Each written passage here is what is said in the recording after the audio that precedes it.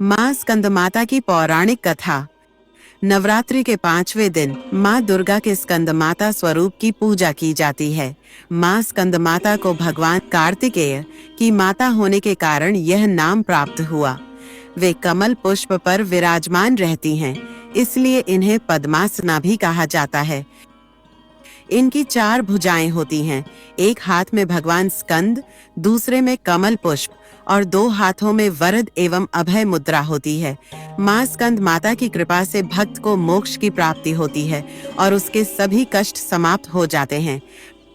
प्राचीन काल में तीनों लोकों में तारकासुर नामक राक्षस का अत्याचार बढ़ता जा रहा था।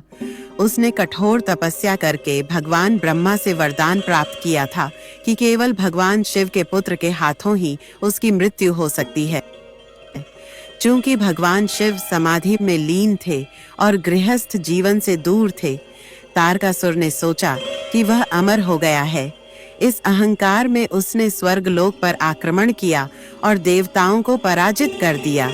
पराजित देवताओं ने भगवान विष्णु से सहायता मांगी। भगवान विष्णु ने देवताओं को बताया कि केवल माता पार्वती ही इस समस्या का समाधान ला सकती हैं।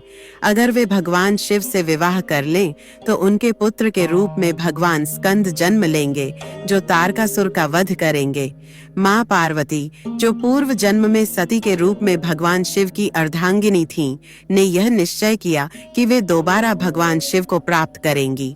उन्होंने कठोर तपस्या की, कई वर्षों तक अन्न जल त्याग कर घोर तप किया। उनकी कठोर साधना से भगवान शिव प्रसन्न हुए और उनसे विवाह करने के लिए सहमत हो गए। विवाह के बाद जब माँ पार्वती ने भगवान शिव को पुत्र रत्न प्रदान किया तो संपूर्ण ब्रह्मांड में हर्षोल्लास छा गया। भगवान स्कंद अवतार लेकर माँ स्कंद माता के गर्भ से प्रकट हुए। जैसे जैसे भगवान स्कंद बड़े हुए, देवताओं ने उन्हें युद्ध की शिक्षा दी। वे अत्यंत पराक्रमी और बुद्धिमान योद्धा बने। महर्षि विश्वामित्र ने उन्हें ब्रह्म ज्ञान प्रदान किया और उन्हें सेनापति के रूप में प्रशिक्षित किया। तारकासुर को जब यह ज्ञात हुआ कि भगवान शिव का पुत्र बड़ा हो चुका है और देवताओं की सेना का नेतृत्व करने वाला है, तो उसने युद्ध की तैयारी शुरू कर दी। देवताओं और असुरों के बीच भयानक युद्ध छिड़ गया। असुरों की सेना बलशाली थी, लेकिन भगवान स्कंद के नेतृत्व में देवताओं ने प्रबल आक्रमण किया। भगवान स्कंद ने अपनी दिव्य शक्ति और बुद्धिमत्ता से असुरों को परास्त कर दिया। अंततः उन्होंने अपने शक्ति अस्त्र से तारकासुर का संहार कर दिया।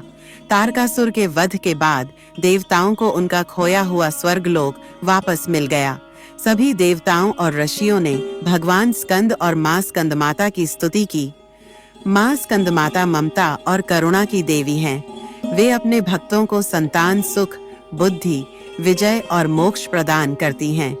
जो भी श्रद्धा से उनकी पूजा करता है, उसके जीवन के सभी विघ्न और बाधाएं दूर हो जाती हैं। माँ स्कंदमाता की कृपा से भक्तों को पारिवारिक सुख और संतान प्राप्ति का आशीर्वाद मिलता है। मन में शांति और धैर्य बना रहता है। ज्ञान और बुद्धि का विकास होता है। जीवन की सभी कठिनाइयां दूर हो जाती हैं। प्रातः स्नान करके माँ स्कंद माता की प्रतिमा या चित्र के सामने स्वच्छ वस्त्र धारण करें। माँ को पीले फूल, केसर, कुमकुम और अक्षत अर्पित करें। उन्हें केला और पंचामृत का भोग लगाएं, क्योंकि यह उन्हें प्रिय है। धूप दीप जलाकर माँ स्कंद माता की आरती करें। नवरात्रि के 5वें दिन माँ स्कंद माता की पूजा की जाती है। उनकी आराधना से भक्त को आध्यात्मिक शक्ति, सुख, समृद्धि और मोक्ष की प्राप्ति होती है। माँ अपने भक्तों को संतान सुख, बुद्धि, तेज और विजय प्रदान करती हैं।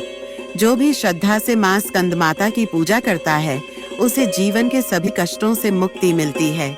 इसलिए इस नवरात्रि पर माँ स्कंदमाता का पूजन करें और उनके दिव्य आशीर्वाद प्राप्त करें। जय माँ स्कंदमाता। अगर आपको यह कथा अच्छी लगी तो कृपया हमारी चैनल को सब्सक्राइब करें और वीडियो लाइक और शेयर करें।